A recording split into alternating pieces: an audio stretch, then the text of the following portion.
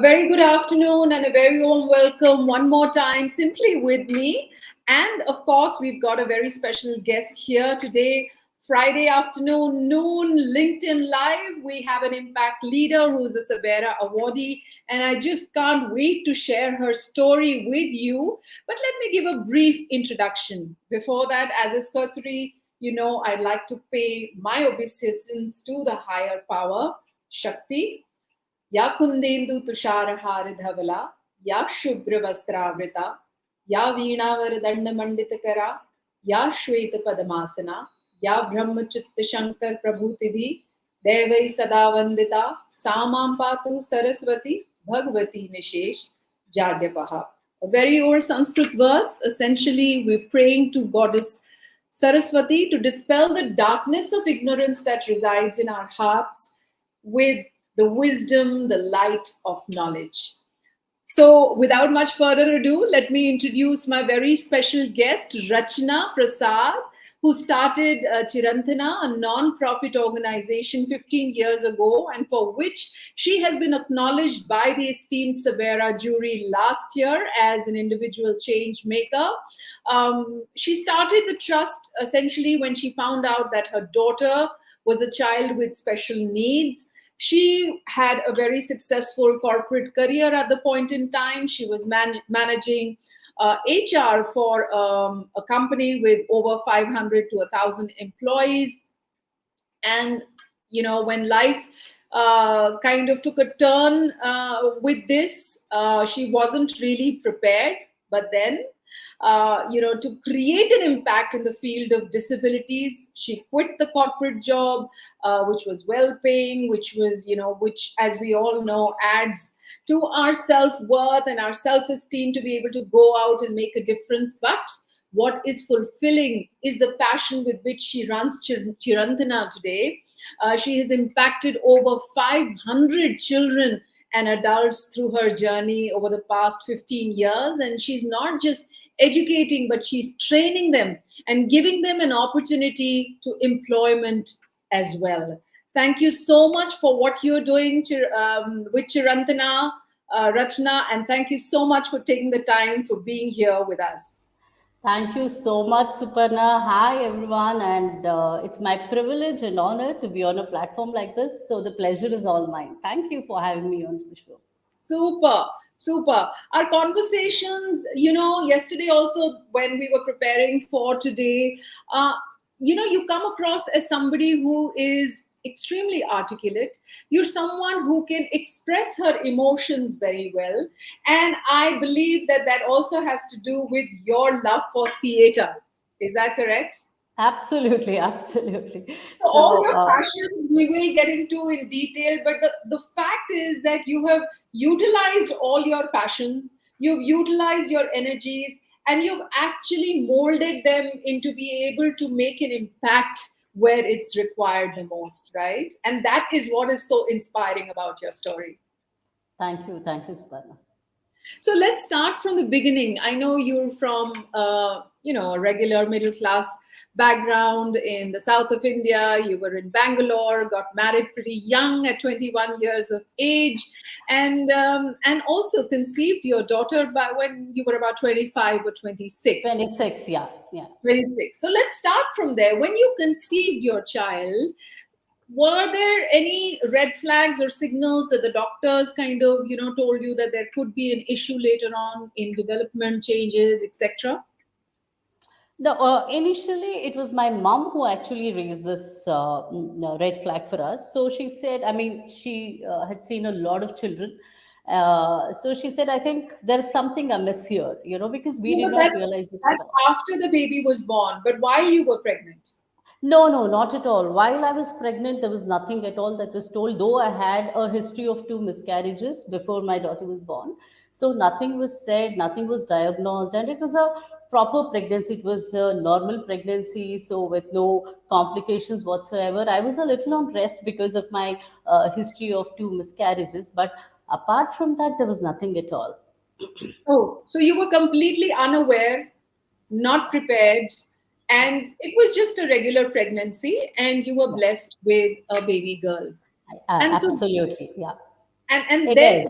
Yeah. And then after a few months is when your mother started to notice that there is a little Yes. bit of a deviation. Yeah, she whenever she used to be with the baby, she used to say, "There's something amiss here." You know, it's not age appropriate. Her development is probably lagging, or she is not holding on to things. She is not turning around. She is not crawling. So, by the age of 8.5 months, I think that was the time that we took her to the doctor. And that was the time he told us that, yeah, you have a child who's got a global developmental delay. So she's going to be a special child, and you'll have to work with her continuously, and it's not going to be an easy journey. Right. And I can't imagine what you as a parent or your husband as a father must have gone through at that point in time when the doctors actually laid it out as it is, as you say. What was your first reaction?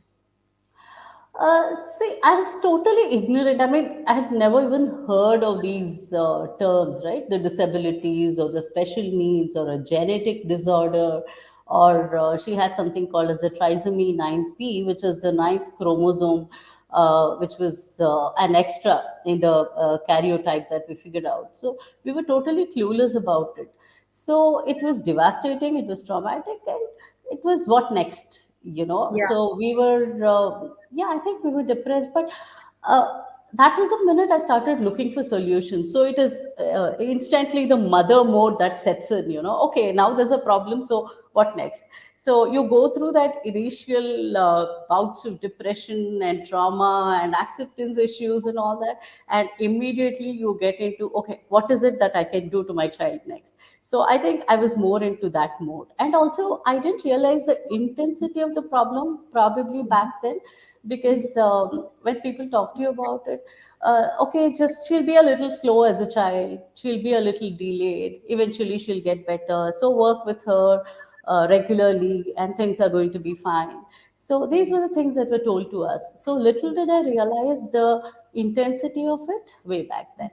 So I think it slowly started to sink in, very honestly. It did not happen, fatar. Immediately. Yeah, yeah. Yes. Yes. So what next? What did you do? So, okay, my visits to doctors started. We left no stone unturned. Between me and my husband, I think we went to every possible doctor, every possible therapist, every possible astrologer in town, every possible temple. So you become so vulnerable at one point that you're ready to do anything for your child, right? So you want to go that extra mile and do whatever people ask you to do. So that's what was done. So, but I think we immediately started her off with therapies, and we did every possible thing that was told to us. Right. Right. And then what was it? How did the family? Let's start with the family. What was the reaction of your husband, maybe the extended joint family, and then of course, the neighborhood that you were in. How did that pan out? So my husband and I were together in this, so it's a common pain, it's a common journey. So it was painful for both of us, but then he was extremely supportive on this. He trusted me totally with all the decisions. Even today, sometimes I ask him, how is it that you never questioned whatever I did with the child? So, but he was the breadwinner back then of the family. He had to get home monies because all the therapies were expensive, and I had quit working by then. So he was very cooperative. My parents and my brother and my sister-in-law, who currently are in the US, this was like a very strong support system. My parents, especially, were and are my backbone, and they stood by me and are still by me rock solid. So So, I still remember what my mom told me the day this happened. She said, "There's no template for life. There's no template for living." She's a very philosophical woman. So she said, "Who comes up with these rules and templates and regulations that this is a way one should live? Let her live right. her life. Let her live the way she wants to." Right. So that was about my side of the family. And when it came to the extended family and all that, see, you get all kinds of people. I stay in an apartment, and so there are two, three aspects to the problem, right? One is the problem itself, where you're dealing with different therapies that are required for the child. You're giving a physio, you're giving her all the medication. So you're on the run the entire day. So there is a bigger problem, which is the social stigma. So the child is not at all a problem. So working with the child is not a problem. The bigger problem is was actually the social stigma attached to it, because Wow. for a very very long time, my child did not have a friend to play with. Wow. You take her down to the park, and then she was isolated. Not too many people would befriend her. I still remember there used to be a group of friends who used to come and play with her for maybe 5 minutes, or just tell her, okay, you play in the sand, or we'll just go run and come back, and they used to vanish. And this child used to be all alone in the park, sit and cry. So for a mother, this was extremely difficult to handle, the Yeah. social acceptance and the Yeah. social stigma. And also people think they can ask you all kinds of questions, because they feel you're at the receiving end. They figure out that you're vulnerable. And even a beggar on the road, even a street vendor, even a person who has no idea about disabilities will actually thrive on this, and they'll start asking you questions, or probably give you unsolicited unwanted advice. So that was a difficult phase. Yeah, yeah. I can't even imagine. I can't say that I can imagine, but as we go through life, and especially as women, probably as it is, there's a lot of adjustments that need to be done.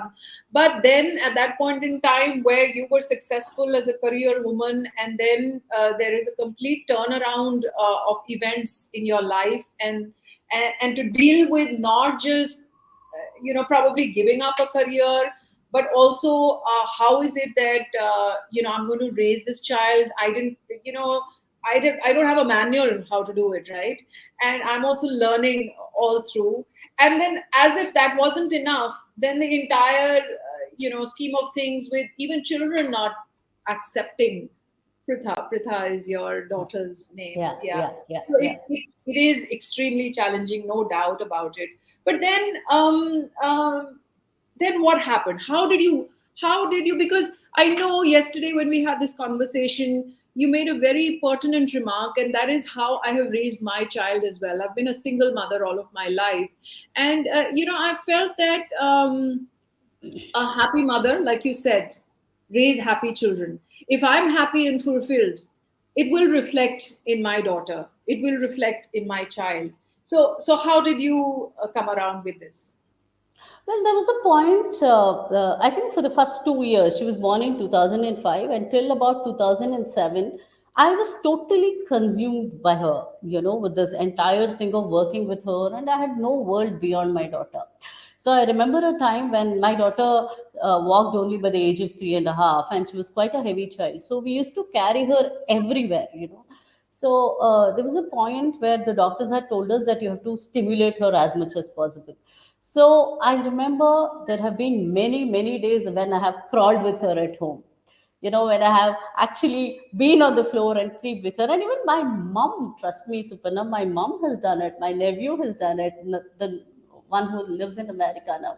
So we've all done this as a family. But at one point, I was alone in my apartment raising this child, and it had consumed me. I was becoming very sad after a point, because I knew I wasn't, and this was not a problem that would just go off in a day or two. I knew that this is a problem that's going to be with me for the rest of my life. So if I don't take care of myself, if I don't nourish myself, if I don't nurture myself, then I'm not going to be able to raise a happy child. So I thought, okay, what next? And theater was something that had fascinated me quite a bit, because I had seen my brother do it. He has been my role model for a very, very long time. We grew up together. So he's inspired me at many levels. So I thought, okay, theater is something that I can start doing. I can start telling some stories to children, have some small time workshops. And so for me, my only criteria at that point in time was to have my child with me, because I did not want to leave her anywhere and go. So I started these small time theater workshops. And I started in a very small garage with just about 8 children, if I remember. My first workshop was with just 8 children.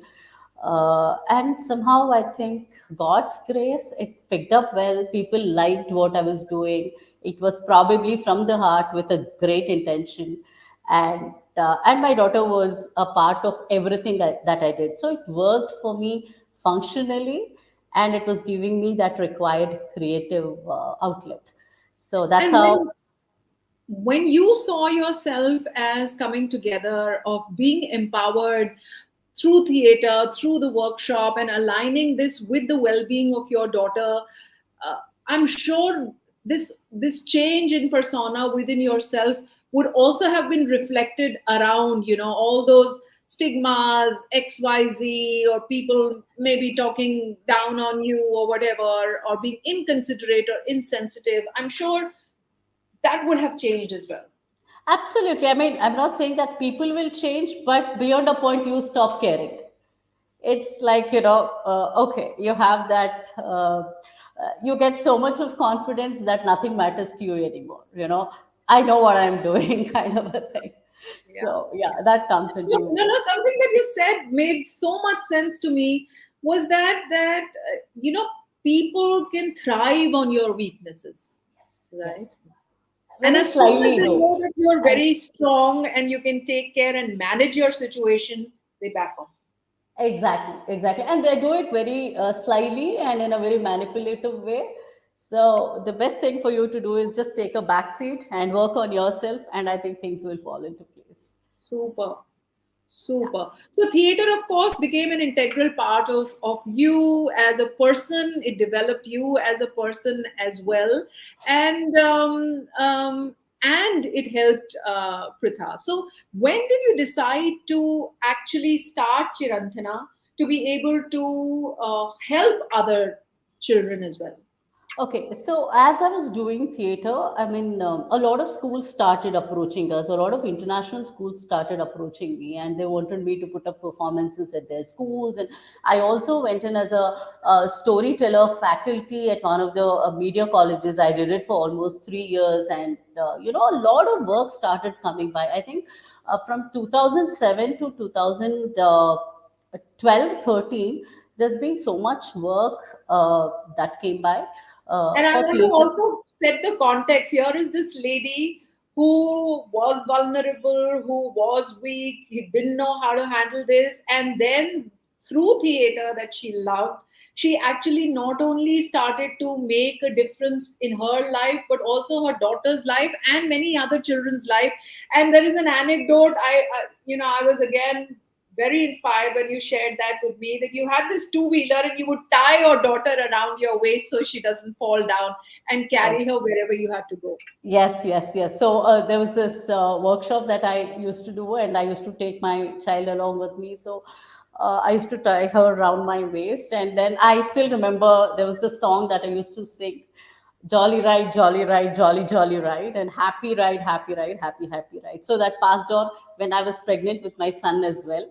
So I think I'm so glad that because of that, both my kids today are very happy children. So thanks to my stupid rhyme. Super. So You mentioned your son, and so when you conceived a second time, I'm sure there would have been doubts and wondering what would happen. Here we're sharing the photograph of all oh, four of you okay. together. Yeah, yeah. Yeah, yeah, yeah. So yeah, I was super scared. I was petrified. I remember the minute I found out I was pregnant. I think I was crying a lot, and because of two things. One is because I did not want Prutha to be uh, not given time or ignored at any given point in time. So, and secondly, I was not sure how this pregnancy would turn out. So there were a lot of apprehensions, and very honestly, I enjoyed my first pregnancy a lot with Prutha, but with Skanda, my son's name is Skanda. till about seventh month, I was very, very scared to even talk about the pregnancy. I had to underplay it a lot, but then you can't hide your pregnancy for too long. So I waited till about 6.5 months, and once the amniocentesis was done, there's a procedure where there's a amniotic fluid that gets extracted to check whether the baby is fine or not. Till then, I think I was very, very fearful of the other baby coming into this world. But then again, God has been kind. He's been nice to us. So Skanda, that's how Skanda was born. Yeah, So and he's again, absolutely fine. a quotable quote literally in through our conversations.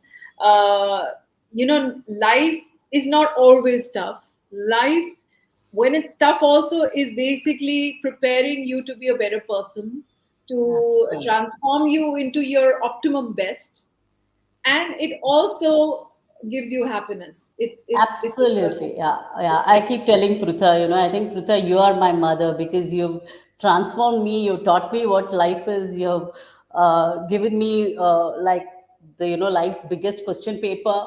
And I think you have made wonders to my life. So I think she has brought an ocean of change into my life.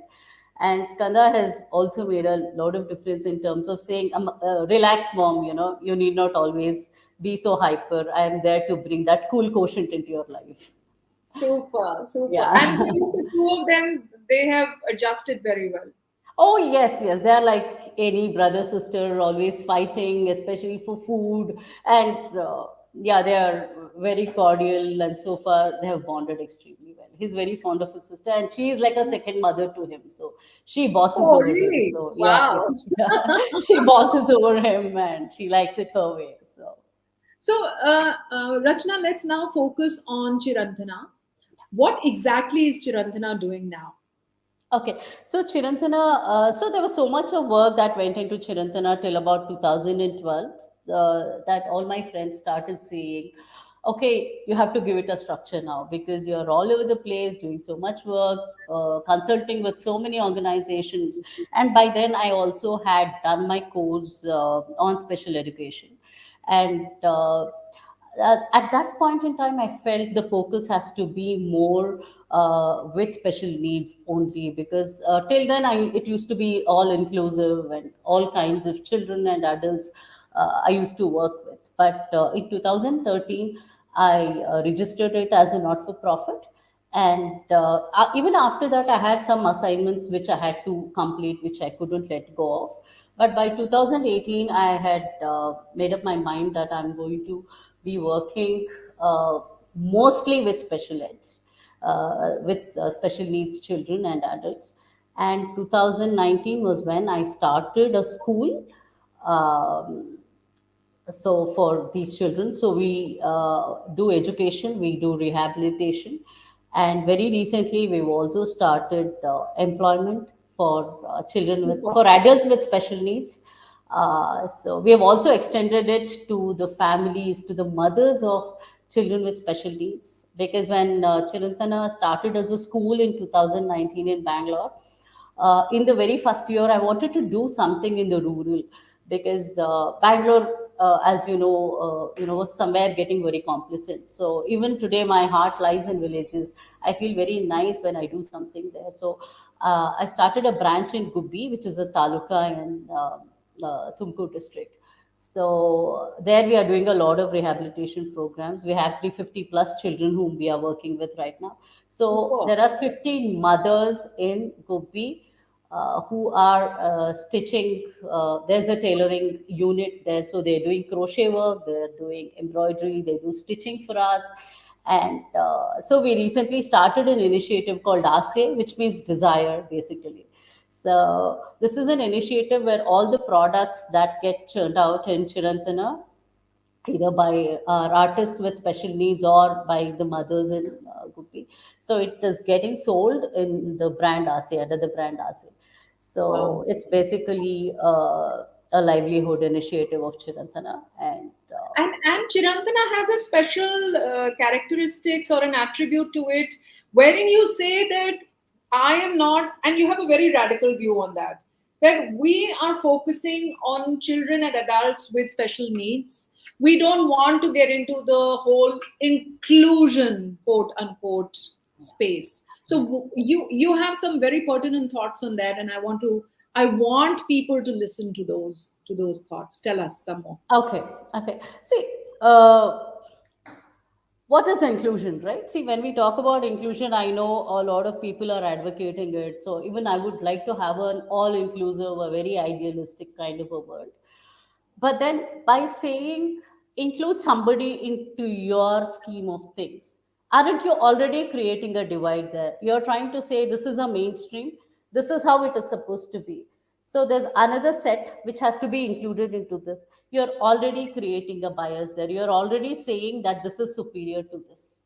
So what kind of an inclusion are we talking of in the first place?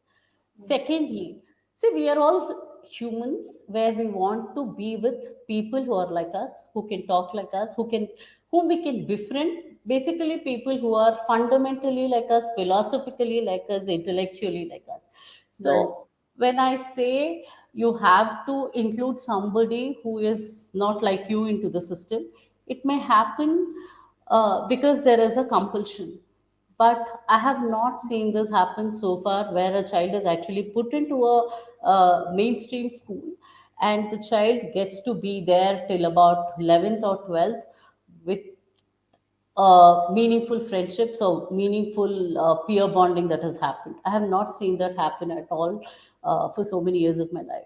So, and I also feel uh, your child should be at a place where he or she is respected and embraced wholeheartedly, instead of pushing her into a place or him into a place where it is just another tick in the box and it's politically correct and it's politically right to say that, okay, we are including everybody into the ecosystem.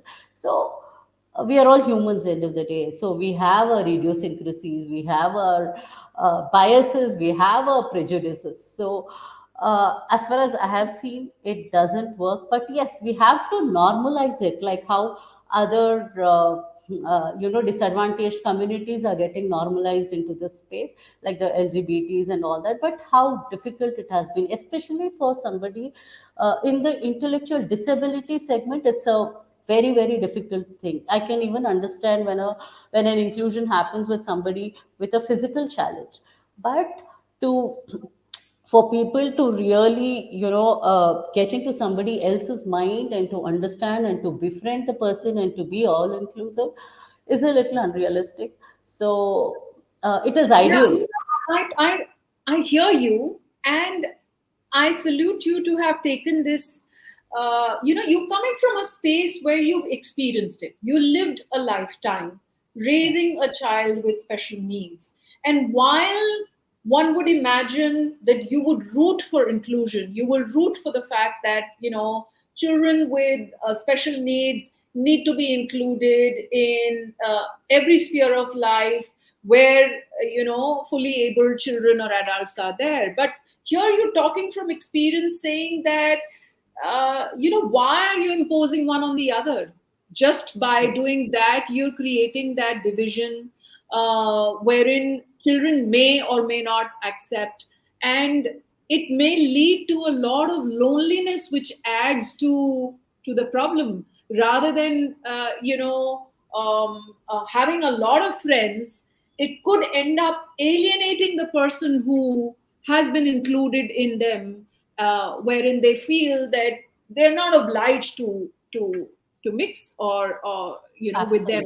Absolutely. As politically correct as people may sound, or society may want to push this, and SDG agendas may want to be complied with, but the reality is that that doesn't happen. Exactly. You see, very recently, I wanted my children in Gubi school, where we are having a rehab center. We wanted them to perform for a musical. So we didn't get permission for that, just because they said, no child can actually be excluded from a mainstream class. So these children will only perform with their classmates. But when I actually went to see the performance, there were about 50, 60 typical neurotypical children on stage. And my children were probably used as props, or they were just somewhere in the backstage, and they did not get even 2 seconds stage space. So what kind of an inclusion are we speaking of? Rather, I get them to a place where they get to own the stage, where they perform without any fear of failure or rebuke, and they stand tall and proud for what they have done, and we bring out the best talent in them. So I am looking at a situation like that. So even government of India and the policies around it mandates a lot of inclusion. But what we have to think of is your child happy in the name of inclusion? Are we catering to the child's socio emotional needs? Is what we have to think of. So that is And the space that I am coming from. that's why Chirantana is specifically for children and adults with special needs. Yes, And it is yes. not just a feel good kind of a school, it educates, it trains them, and is also offering them employment. Absolutely, absolutely. See, ultimately, we want happy children in the school. And if you come to my school, Suparna, you will see them having such wonderful friendships. They have made such great friends. And I see my daughter come back home and chat with her friends on WhatsApp the entire day about what happened in the school. And they want to do night outs, they want to go to each other's homes. So, this is a kind of happiness that we should all try to give our children, rather than push them into a system where they're not accepted. Or, okay, there are about 15 people who are talking what they want to talk, whether you get accepted or not, please go and sit there, because they are an ideal for you to follow. So I today think that my daughter is unique, and I don't need any reference points for her to live her life. I think it is the case with every child. So he or she doesn't need any references or any templates to live his or her life. So they're all One of, unique in their own little ways. one of the parents at Chirantana, Nadeem Ahmed, has said that my 6-year-old son with autism is one of the beneficiaries, and kudos to Rachna and her team for helping children with special needs. Thank you, Nadeem. Arif is a sweetheart. He's been coming to Chirantana for some time now. So thank you so much. So, what's the future with Chirantana now? So yes, we want to do more work in the rural. Yeah, and we are also looking at having our own space. Right now, we are working out of a rented space in Bangalore, and you know how expensive it can get for us to run this. So we want to add more people into our school. We want to collaborate with more NGOs. We want to have like-minded individuals come together, and we want to grow RSA into an initiative, into a self-sustaining social enterprise where it eventually feeds off into Chirantana. And we want jobs. I want people to come forward to give jobs to our students, our artists with special needs, and the mothers there in Rupi with special needs. So when we ask for donations, it's not because I want people to do charity. I want people to look up to our work. I want people to feel proud of the products we have created, and I want them to buy our products. So that is when people will really help us to walk this talk of inclusion. So it has to be in different ways. It should not be just one-sided. Yes, we're going to be posting a link of Chirantana as well if you'd like to support Chirantana in any kind of way, or even look for guidance if you are a parent with a child with special needs. I'm sure Rachna and her team would be very happy to extend that guidance or handhold you. Of course, she's based in Karnataka, and we're hoping that this can inspire other people across the country to also maybe start more Chirantanas in different states. Yeah, I Thank you hope. so much, Rachna, for taking the time. And Thank you, I'm Suparna. so It's been happy. And I'm so, you know what? I'm so happy with Sabera. The fact that I started with Sabera. This is not really something which is a corporate kind of a thing where, there is a top line that we have to achieve and things like that. This is such a fulfilling thing for all of us, for all who are also associated with Sabera. And it gets us to meet and listen to stories like yours. You, of yeah, course, have yeah. been a SABERA awardee. You were there at UNESCO last year Yes, as well. yes, yes. And that was one of the reasons why I said yes to this interview, because when someone from your team asked me for this, I instantly said yes, because Suparna for me is somebody who is beautiful inside out. And I have seen you in Sabera, and I was smitten by your presence on stage, and I couldn't say no to it at all. So, total honor, and the privilege is mine. Thank you so much for Wonderful. having me. Thank you so Thank much, and you. we're inspiring everybody who's doing good work, wherever you are, in whatever part of the country. Let's build this positive narrative about the country because there is such immense good work which is happening, and we want to showcase this. We want to be proud of the nation that we are born in, and we want to inspire people to be able to make a change in their circle of influence. Thank you so much, Rachna, for being here with Thank you, us, Suparna. and hope to be connected as well in the future. Yes, yes. Thank you all.